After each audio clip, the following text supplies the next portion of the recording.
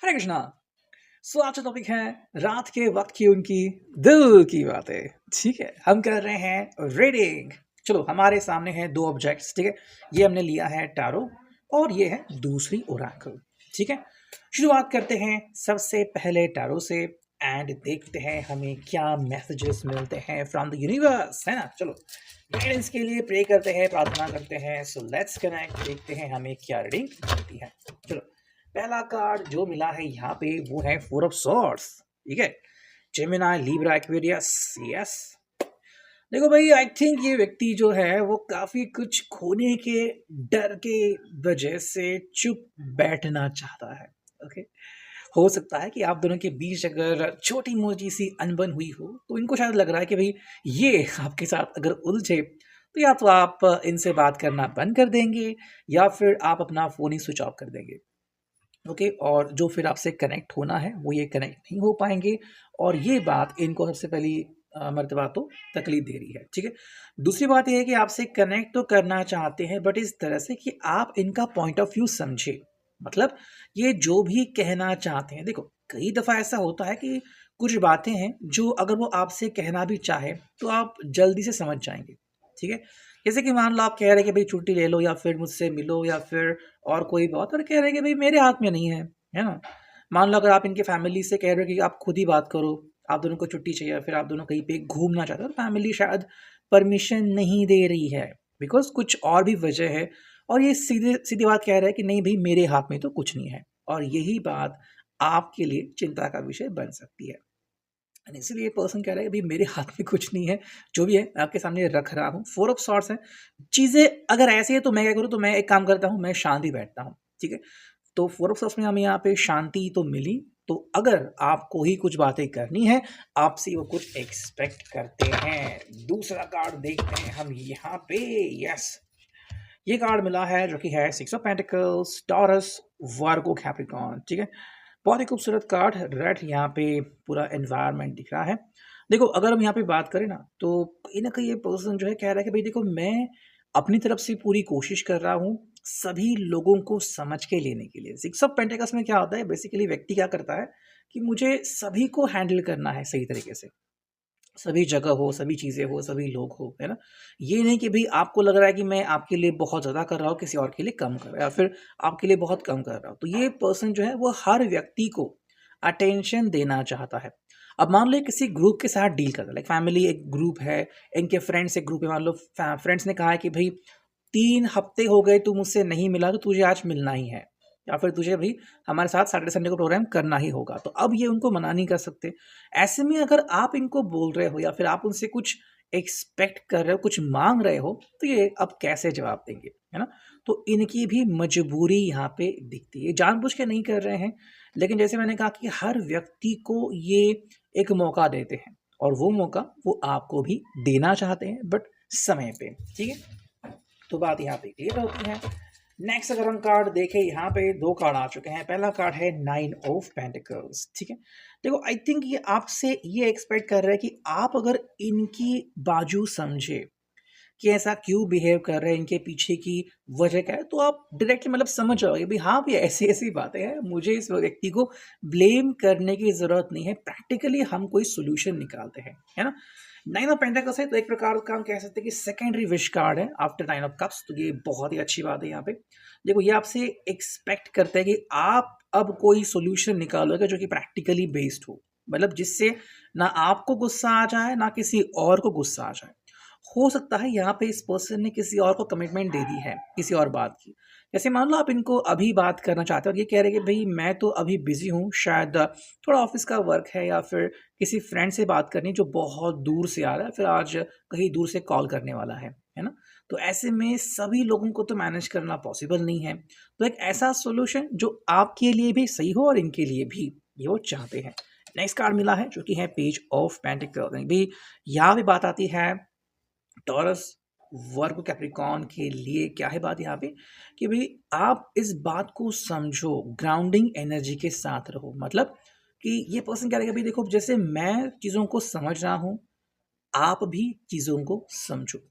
अब अगर हम थोड़ा सा हटके जाए, किसी को लग रहा है कि भाई ये थर्ड पार्टी में है, तो आई थिंक ये कह रहा है कि मैं इतनी जल्दी वहाँ से बाहर नहीं निकल सकता, या फिर मेरे हाथ में नहीं है। और अगर आपने 6 ऑफ सॉर्ट्स, 6 का जो नंबर आ गया था, उसका अगर आप कॉन्सेंट्रेट करेंगे, तो बात यहीं पे आती है कि कुछ चीज़ें इनके हाथ में है नहीं, लेकिन जितना उनसे बन सकता है आपके लिए वो कर रहे हैं। अब देखो वो जो कर रहे हैं, जैसे कि मान लो अगर आपसे मिल रहे हैं, तो कोई ये भी कह सकता है जो आपको पसंद करता है या फिर जो आपको चाहता है, जो आपके ऊपर प्रेम बरसाता है ना? आप उसे फैमिली बुलाइए, आप उन्हें दोस्त बुलाइए, अगर वो कहते हैं कि भई अगर ये इतना आपसे प्यार कर रहा है तो आता क्यों नहीं? सब कुछ छोड़ता क्यों नहीं? तो बातें यहाँ पे आती है कि अपनी तरफ से जो सही लगता है वो कर रहे हैं, है ना? तो जो इनकी तरफ से सही है, वो आपकी तरफ से या जो आपकी तरफ के लोग हैं, उनको सही लगे ये ज़रूरी नहीं है। इसलिए हमने कार्ड में देखा 9 ऑफ पेंटिकल्स, ये बहुत सारी विशेष कर रहा है कि काश ऐसा हो जाए, काश वो ऐसा ऐसा हो जाए, लेकिन ये सारी बातें इनके हाथ में नहीं है। ये इसलिए यहाँ पे कह रहे हैं कि भाई अंडरस्टैंडिंग दिखाओ, थोड़ी बहुत अंडरस्टैंडिंग मैं दिखा रहा हूँ, थोड़ी बहुत आप भी दिखाओ, ग्राउंडिंग एनर्जी के साथ चलो, बिकॉज एक ही सेकंड में झटके में काम नहीं होने वाला, और वही बात वो आपसे कह रहे हैं। ठीक है, एक और कार्ड देखते हैं हम, एंड ये कार्ड आ गया है जो कि है क्वीन ऑफ स्वॉर्ड।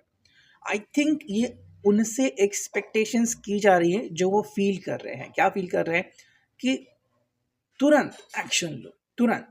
मतलब अगर मान लो कोई बात है जो इनको तकलीफ दे रही है, या फिर कोई बात है इसके ऊपर आप दोनों के बीच वार्तालाप होना काफ़ी इंपॉर्टेंट है, अगर आपने बातचीत नहीं की तो शायद उस बात का बतंगड़ बन सकता है, और इसलिए काफ़ी इंपॉर्टेंट है तुरंत आप दोनों मिलकर एक्शन लें। और यहाँ पे व्यक्ति जो है वो एक्शन कब लेगा या फिर क्यों नहीं ले रहा, ये क्वेश्चन उनसे पूछा जा रहा है जिनसे वो वाकई वाकिफ है। ठीक, क्यों है ऐसा? तो बात यहाँ पे आ गई है 8 ऑफ पेंटिकल्स।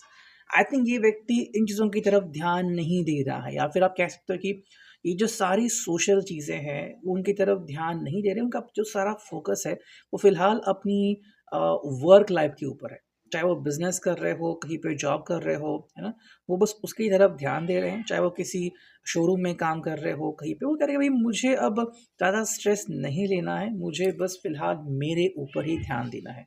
तो रात का समय है, बैठे हैं तो सोच रहे हैं कि भाई करूँ तो क्या करूँ, मुझे बस अपनी ज़िंदगी एंजॉय करनी है, and day to day life में मुझे कोई तकलीफ नहीं चाहिए।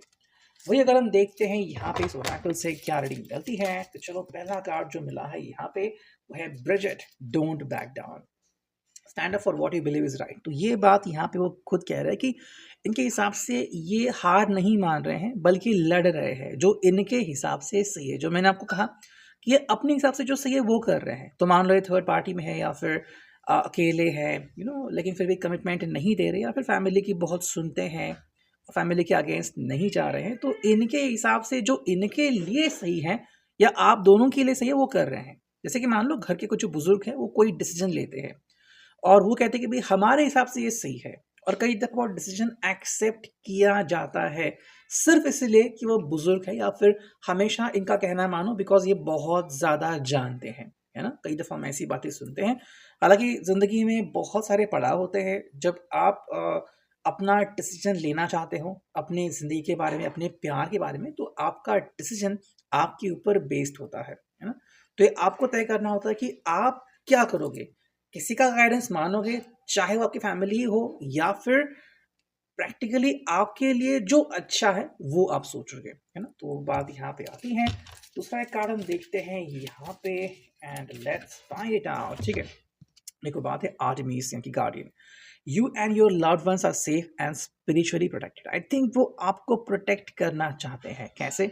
मान लो अगर जिस भी मुसीबत में वो अटके हैं, या फिर फैमिली के साथ अगर वो नहीं भिड़ पाए हैं, तो इसीलिए बिकॉज वो आप दोनों के बीच झगड़ा नहीं चाहते, ना ही इनकी फैमिली और आपके बीच कोई झगड़ा चाहते हो। आपको एक्चुअली मूवमेंट दे रहे हैं कि भाई ज़िंदगी ऐसी है, कई सारे अनएक्सपेक्टेड मोमेंट्स होते रहते हैं, मैं आपकी फ़िक्र करता हूँ and I want to protect you, है ना? तो आपके ऊपर या फिर आपको कोई ब्लेम करे ऐसा वो नहीं सोचते, इसलिए खुद कितनी बातें वो मैनेज कर सकते हैं वो मैनेज कर रहे हैं। ठीक है, थर्ड कार्ड एक देखते हैं यहाँ पे जो कि है स्टार। हाँ, star, boundaries, love yourself enough to say no to others, demands on your time and energy. देखो यहाँ पे क्या कह रहे हैं कि भाई कई दफ़ा हमें बाउंड्रीज सेट करनी पड़ती है, जैसे कि मान लो हर दफ़ा अगर आपकी हर बात मानने लगे, तो ना तो इनको खुद के लिए टाइम मिलेगा और आपकी एक्सपेक्टेशंस जो हैं वो रियलिटी छोड़ के इमेजिनेशन छू जाएंगे कि जब भी मैं बुलाऊँ ये पर्सन आता है। नहीं, प्रैक्टिकली ये सही नहीं है और इसलिए बाउंड्रीज़ खींच रहे हैं कि भई ये बाउंड्री है, ये समय मैं अपनी फैमिली को दूँगा, ये समय अपने फ्रेंड्स को दूँगा, ये समय मैं खुद को दूँगा। बिकॉज़ अगर ये बाउंड्री नहीं होगी, तो शायद आपको इनके प्यार की कदर नहीं होगी। वही बात यहाँ पे बता रहे हैं। सो ये था अभी का reading, hope it will resonate.